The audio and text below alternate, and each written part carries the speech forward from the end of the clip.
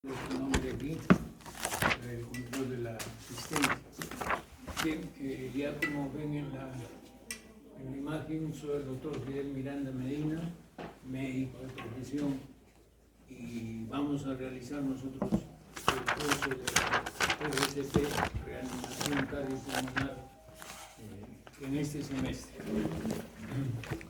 Como ya también ustedes lo saben, pero para resumir de todas maneras, el currículum que tienen ustedes llevaban el curso de RCP en el sexto año, ¿no? Este curso está comprendido todos los procedimientos de la reanimación cardiopulmonar. El currículum para las siguientes promociones ha cambiado un poco. Ahora se lleva en 2 semestres. El semestre tercero, creo, o el tercer año, se lleva como soporte vital básico, que es una parte de la reanimación cardiopulmonar. Y el siguiente semestre, que coincide también con este semestre, se lleva como soporte vital avanzado. Prácticamente la reanimación cardiopulmonar, que la vamos a hacer ahora completa, tiene dos etapas: el soporte vital básico y el soporte vital avanzado. Todo junto conforma, y otras cosas concomitantes. Adelante, Jorge. Gracias. Conforma el curso de reanimación cardiopulmonar, básicamente, que se lleva ahora todavía en su currículum como un solo curso, un solo todo. Eso es más o menos para ubicarnos en el contexto de este curso, ¿no?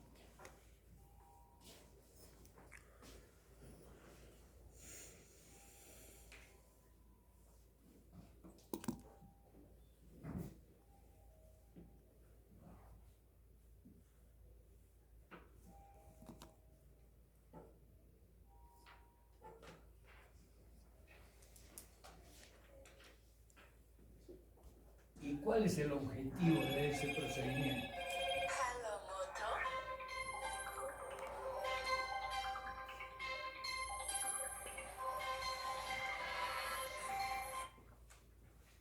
Sí, cuñado. No. Sí, vamos directo. Chévere el borro, amigo. Ajá. Chévere el borro. El objetivo de la reanimación cardiopulmonar es una maniobra, conjuntos de maniobras o procedimiento, cualquiera de los términos es válido, de principio de emergencia. Es una medida de emergencia dentro de nuestro desarrollo de la actividad médica que nos corresponde. Y consiste en aplicar medidas para que fundamentalmente el oxígeno pueda seguir llegando a los órganos vitales de determinado paciente. Fundamentalmente mediante presión rítmica sobre el pecho, que son las contracciones que seguramente ya muchos de ustedes conocen también, las contracciones, la presión rítmica y la respiración asistida, o respiración de ataque, o respiración, adelante, señor, de una persona que haya sufrido un paro cardiorrespiratorio. Esto es sumamente importante. Para poder aplicar la RCP tiene que haber pues un paro cardiorrespiratorio. No lo vamos a aplicar por una gripe, no vamos a aplicar RCP. Aparte que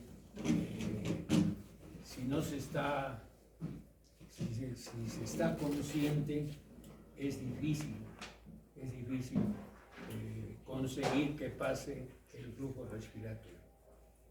¿Y cuál es el objetivo? Como les decía, era para que el oxígeno siga pasando a los órganos vitales que tenemos, ¿no? Especialmente cerebro y corazón.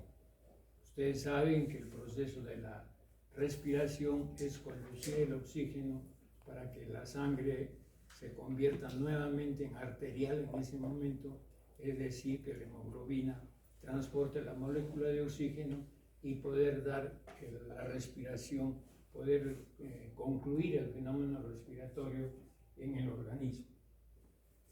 Eso ya ustedes lo saben por fisiología y todos ya los estudios que han hecho.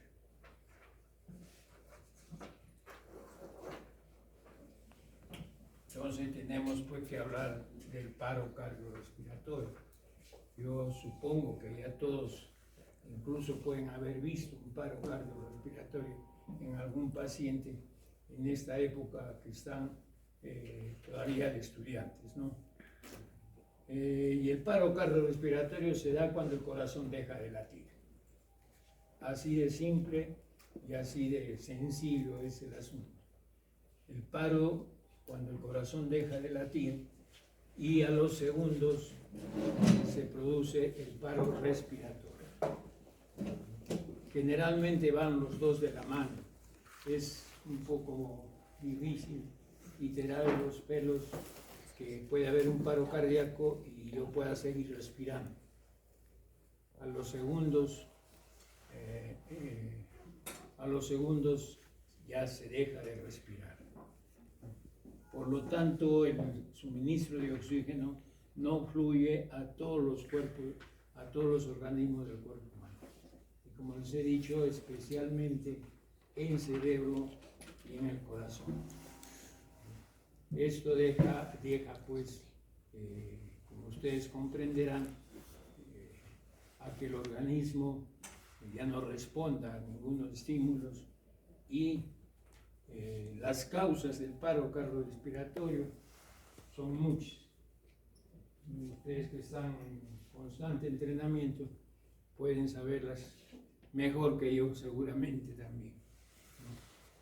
Hay causas, lo que sí podemos decir es que hay causas cardíacas y causas, pongámosles, no cardíacas, ¿no? Las causas cardíacas, ya saben, todo lo que altere la constitución fisiológica, la constitución anatómica, etcétera, etcétera, del músculo cardíaco, del corazón mismo. Los infartos, como ustedes saben, son los que más nos producen este paro cardíaco. Infartos por obstrucción de las coronarias, infartos por trastornos en la conducción eléctrica.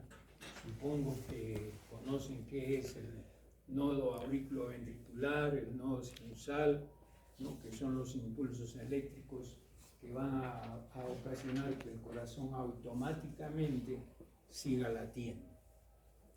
Y causas también congénitas, han estudiado casos de niñitos que nacen con malformaciones congénitas que generalmente son muy delicados, muy complicados y el pronóstico de vida es muy corto, ¿no? Muy reservado.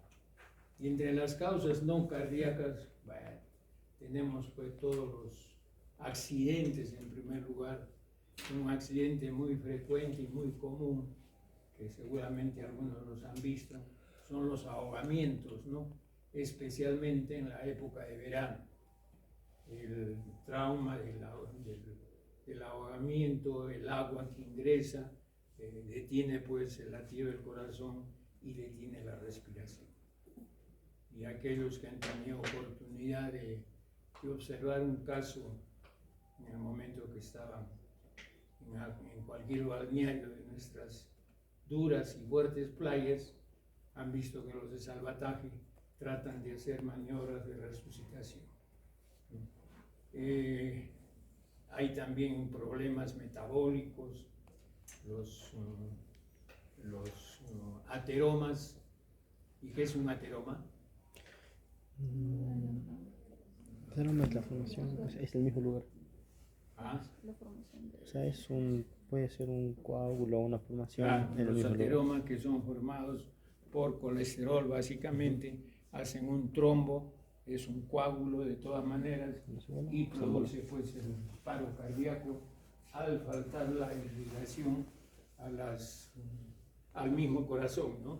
que esté irrigado por las coronarias, ¿no es cierto? ¿Y cuántas coronarias son? Dos. No son tres, ¿no? Solo son dos. Tuve oportunidad de estar en una beca en el extranjero, en ese tiempo, ya hace muchos años, por si acaso tengo mi edad. Están investigando adaptar en Inglaterra, estaban investigando adaptar el corazón del cerdo al corazón humano. ¿A alguien se le ocurre por qué? La medicina es muy simple, ¿eh? No es compleja como les han, bueno, algunos colegas les enseñan que es difícil, que es el otro. Lo cierto es que hay que leer y estudiar, eso sí.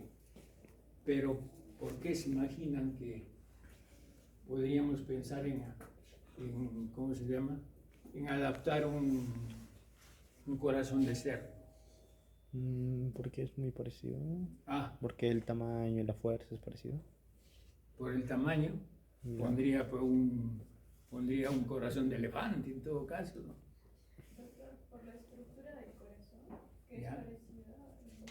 Claro, primero la estructura es muy parecida, pero tiene tres troncos de la coronaria. Ahí no hay dos coronarias. Ustedes saben que las coronarias, una corre por la derecha, otra por la izquierda, y una se divide en el humano en dos. O sea que en realidad son dos troncos de coronarias. En el cerdo hay tres troncos de coronarias que salen directamente de la aorta. Bueno, pero por las noticias, eso ya ha sido casi como 20 años, por las noticias que sabemos, que conocemos, parece que eso no lo han podido manejar muy bien, ¿no? Porque ahora estaríamos haciendo trasplantes de corazón de cerdo humano, pero el corazón de cerdo tiene tres coronarias. Por eso también decimos que que el cerdo precisamente no va a morir por falta de irrigación. Y no sé si les han mencionado, en todo el organismo generalmente se da la circulación o el proceso llamado vicariante. Si falla una arteria, las otras vuelven a funcionar y a tratar de cubrir el espacio que se deja de irrigar, ¿no? Ese es el principio finalmente que lo aplican en la operación de las varices. ¿Han presenciado alguna intervención quirúrgica de las varices? No han tenido oportunidad. Ojalá. Es un procedimiento muy traumático porque dan el acceso a las venas varicosas, y con un filamento metálico recogen hacia la mala, ¿no? Se supone que están con anestesia, recogen toda la vena, o sea, la sacan la vena al revés. Es bastante traumático, pero en el organismo ese proceso de las venas es vicariante porque las venas que quedan, las pequeñas venitas, comienzan a desarrollar y a suplir esa función. Por eso hablamos de vicariante. Bueno, esos son casos ya anecdóticos. En cuanto al paro cardiorrespiratorio, sus causas pues son múltiples.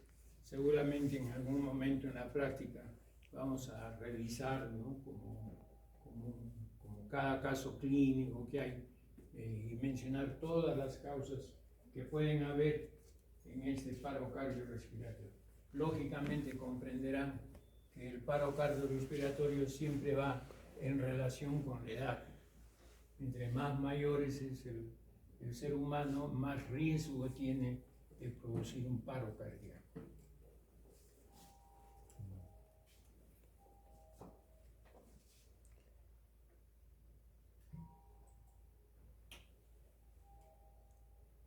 cuanto a la definición de RCP, es un procedimiento de emergencia. No se olviden, ya ustedes tienen que familiarse mucho con esto de la emergencia. La emergencia se nos da en múltiples situaciones de la vida, ¿no? Y es un procedimiento que va orientado a salvar la vida del ser humano. Se realiza cuando ha dejado a alguien de respirar o el corazón ha cesado de palpitar. Esto puede suceder después de una emergencia médica, también como una descarga eléctrica, un ataque cardíaco. Y la respiración es un procedimiento que combina las contracciones torácicas y la respiración boca a boca.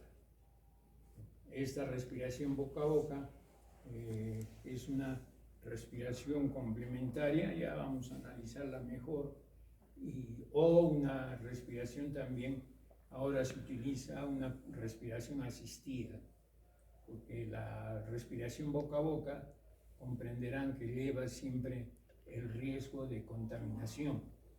Y en estos últimos años ese riesgo está muy latente, ¿no? Ya no es antiguamente que podíamos pensar que no iba a pasar nada en el momento de respirar. Pero tantas enfermedades que ya han aparecido que hablamos ¿cómo se llama?, de contaminación. Y las compresiones torácicas, que como ustedes saben, eso nos permite recuperar al paciente. Vamos a ver en las diferentes clases prácticas también las compresiones torácicas, la respiración boca a boca tiene que ser efectiva. Para eso hay condiciones. En el caso de la respiración, son 2 respiraciones, hablemos de cada 30 compresiones, y las compresiones tienen una profundidad determinada, más de 5 centímetros, que hay que empujar el tórax. ¿Y cuál es el objetivo de estos 2 procedimientos?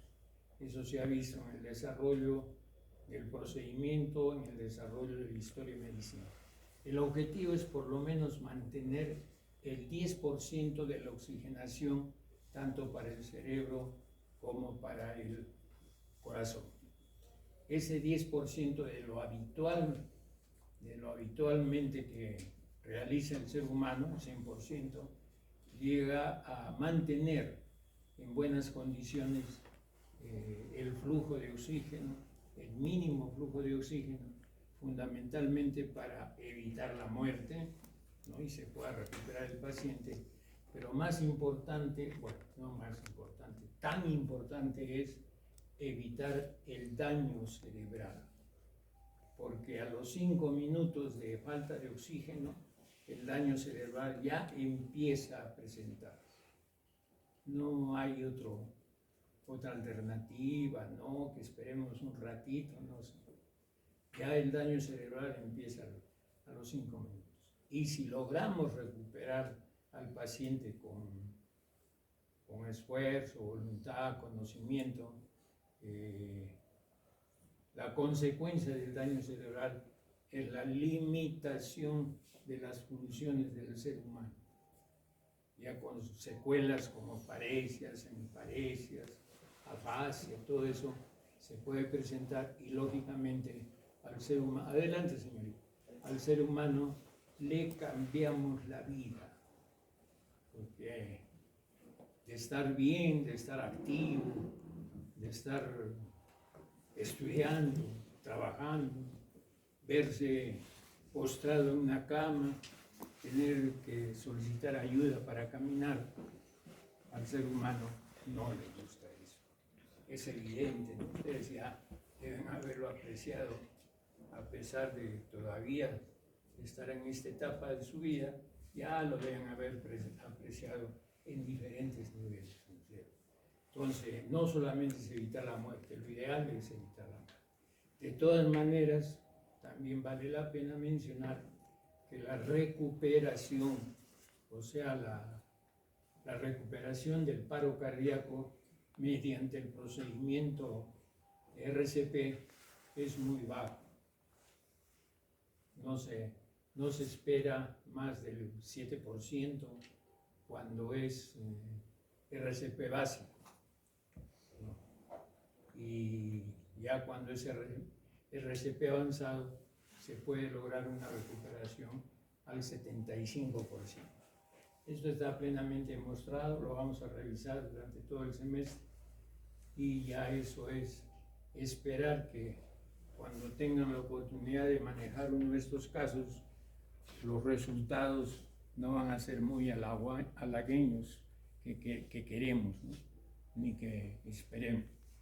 Eso tiene que ser ya captado como experiencia, como un resultado que lógicamente no nos agrada mucho, pero todo caso tenemos que hacer. Tenemos que proceder a realizar todo el procedimiento, para eso nos capacitamos, para eso nos entrenamos, para eso lo mejoramos, porque cada paro cardíaco posterior, en forma retrospectiva, lo tenemos que analizar, lo tenemos que evaluar, tenemos que estar en estado de alerta, ¿no?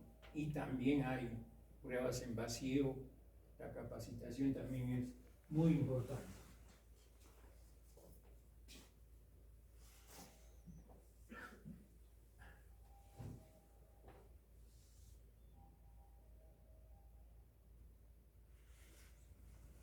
Como les decía, los daños es lo que tenemos que evitar.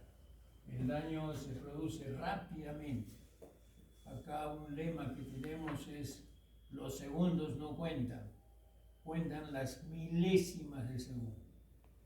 Esto presupone que ustedes tienen que decidir dar la atención y tienen que tener conocimiento evidente, ¿no? Porque acá hay que actuar de inmediato.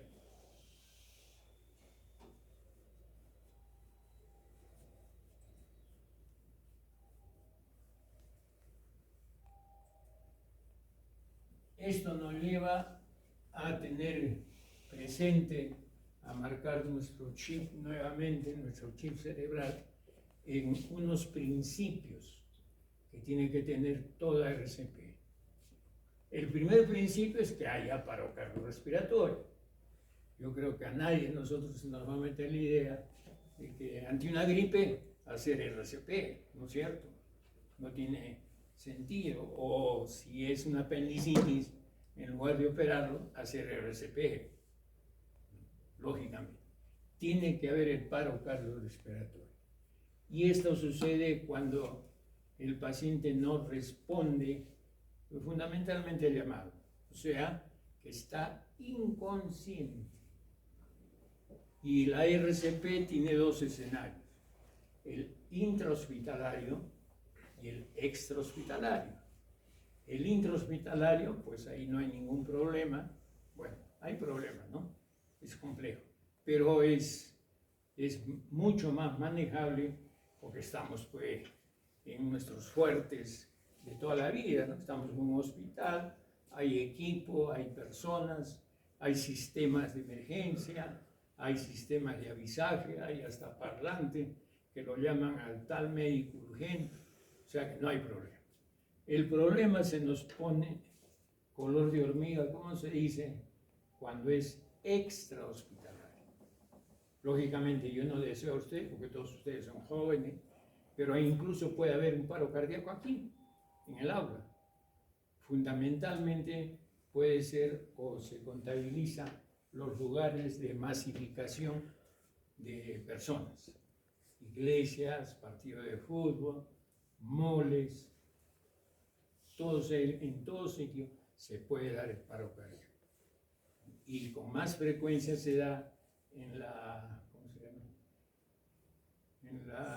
en los países más adelantados, ¿no? Acá la frecuencia del paro cardíaco relativamente es baja, no es necesario tener una política de Estado, una política de gobierno, pero en ciudades como Londres, Madrid y varias ciudades de Estados Unidos, los paros cardiorrespiratorios por lo menos son siquiera unos 5 a 8 al día. Entonces ahí nos quedamos cortos. Entonces lo primero es el paro cardiorrespiratorio. Y en el extrahospitalario, lo primero que tenemos que hacer es darnos cuenta, diagnosticar el paro cardiorrespiratorio. Y el primer síntoma es que el paciente entra en inconsciencia y se cae. En cualquier momento que estén ustedes en la ventanilla de un banco, por ejemplo, van a ver que el caballerito que está delante, porque en todos los bancos se hacen cola, delante suyo, de repente se cae sin ningún motivo aparente. Entonces, eso ya presupone porque es un paro cardíaco que muy rápidamente tenemos que darnos cuenta, diagnosticarlos y proceder con toda la metodología que la vamos a ir estudiando todas las semanas que nos corresponden.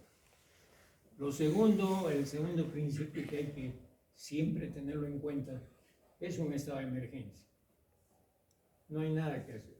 No hay paro cardiorrespiratorio que digamos, no es una emergencia, esperemos un ratito, dale un poquito de agüita. Es una emergencia y tenemos la obligación ética, porque si ustedes en ese momento que están en otras actividades, porque nos agarra de sorpresa, no atienden al paciente, nadie los puede juzgar ni echar la responsabilidad. En todo caso, ya es nuestra ética, ya depende de la persona actuar y actuar de inmediato. Lo lógico que como médicos somos, que ya toda la vida vamos a estar en estos trances de emergencia, lo lógico es que actuemos, ¿no es cierto? Y como ya estamos señalando, hay que mantener la oxigenación y asegurar rápidamente el aporte de oxígeno para los órganos vitales. Por eso hablamos de que la RCP en la primera parte tiene el soporte vital básico. El soporte vital básico es una serie de procedimientos donde solo utilizo las manos. Ahí no voy a pensar en que me traigan un equipo, me traigan un termómetro para medir la temperatura, no, solo manos. Y el auxilio inmediato con las manos son evidentemente las contracciones torácicas y lógicamente también, si le damos la acepción a las palabras, la respiración de rescate. Darle la respiración de rescate y las manos, y con eso tenemos que seguir continuando con todo el proceso. Lógicamente, un tercer principio es evitar los daños y la muerte.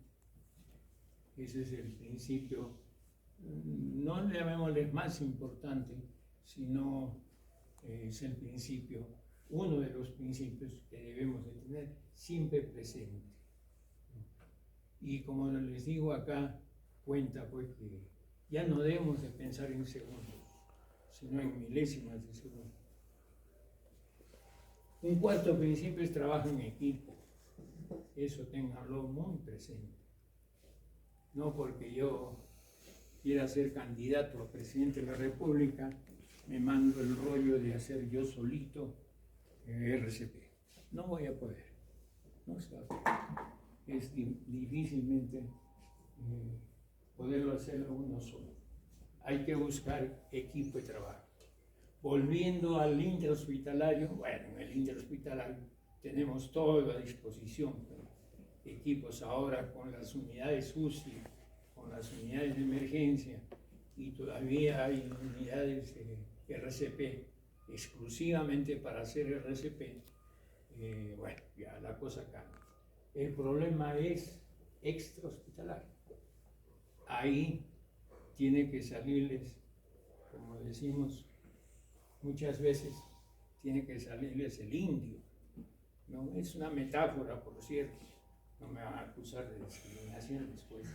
Ahí sí tiene que salirles todo el contexto de lo que han sido no solo preparados, sino de lo que mismo ustedes han escogido para toda su vida. El escoger una profesión en general ya nos lleva a un camino determinado. Con mucha razón en medicina. Ustedes saben, en medicina escogemos esta profesión que en el fondo nos tiene que haber gustado en un momento oportuno para escogerla y la cargamos a cuestas toda la vida. Entonces, el trabajo en equipo. Cuando es extrahospitalario, en el lugar que sea, ustedes tienen que ingeniárselas para conseguir el equipo necesario. Que lógicamente lo tenemos que sacar de los curiosos. Ustedes saben que el peruano tenemos una sociedad muy curiosa. Todos nos gusta ver, ¿no? Al margen de que sean médicos o no. Entonces, de ese grupo tenemos que organizar el equipo. Definitivamente. Nadie más lo va a hacer sino los que sabemos este negocio, ¿no? Médicos, definitivamente. Este nos lleva a unos otros principios, llamémosles principios complementarios, pero los tenemos que tener. Lógicamente, en primer lugar, los conocimientos. De conocimiento, bueno, son 5, 6, 7 años, y aquellos que sigan especialidad, 3 años más, que han estudiado ya casi 6 más 3, casi 9 años, más el internado, casi 10 años, han estudiado medicina. Tienen que tener conocimiento, específicamente conocimiento. Lógicamente también tiene que haber entrenamiento. Es básico hacer las famosas pruebas en vacío que hacen cuando hay algún problema de la naturaleza, ¿no? Han visto que por lo menos en los colegios los niñitos que hacen varias veces simulacros logran tener una capacitación más adecuada. Entonces el entrenamiento, y en RCP probablemente sea uno de los aspectos médicos de mayor capacitación y entrenamiento se hace. Después de cada paro cardíaco siempre se evalúa que fallé, que no fallé, porque este procedimiento no procede.